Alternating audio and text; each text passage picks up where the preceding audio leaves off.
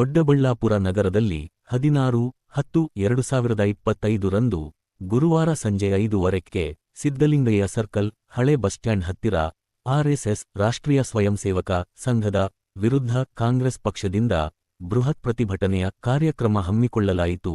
ಈ ಕಾರ್ಯಕ್ರಮ ನೇತೃತ್ವದ ಮಾಜಿ ಶಾಸಕರಾದ ಟಿ. ವೆಂಕಟರಮಣಯ್ಯ ವಹಿಸಿಕೊಂಡಿದ್ದರು.